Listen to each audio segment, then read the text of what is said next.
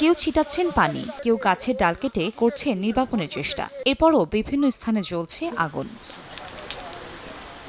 রোববার সকালে সুন্দরবন পূর্ব বন বিভাগের ধানসাগর স্টেশন এলাকার কাছে 23-এর ছিলা ও শাপলার বিল এলাকায় আগুন লাগে। খবর পেয়ে স্থানীয় স্বেচ্ছাসেবকদের সঙ্গে নিয়ে আগুন নেভানোর কাজ শুরু করে বন বিভাগ। এরপর যোগ দেয় ফায়ার সার্ভিসের 10টি ইউনিট। ফায়ার সার্ভিস এলাকা ছিল, সিপিজি ছিল, টাইগার টিম আমরা আছি, মোটামুটি নিয়ন্ত্রণে আনছি। এখন আজকের দিন পানি দিলেই ক্লিয়ার হয়ে যাবে ইনশাল্লাহ। 2 দিন বা 3 দিন ধরে আমরা কাজ করতেছি সুন্দরবনে।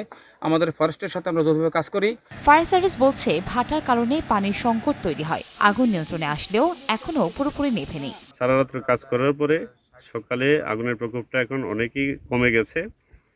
তো কিছু কিছু জায়গায় এখন আগুন জ্বলতেছে, যেহেতু এখানে পাতা এবং গাছের ডালপালার স্তর অনেক পুরু, দেখা যায় যে নিচে থেকে আবার আগুন জ্বলে ওঠে, এরকম একটা অবস্থা।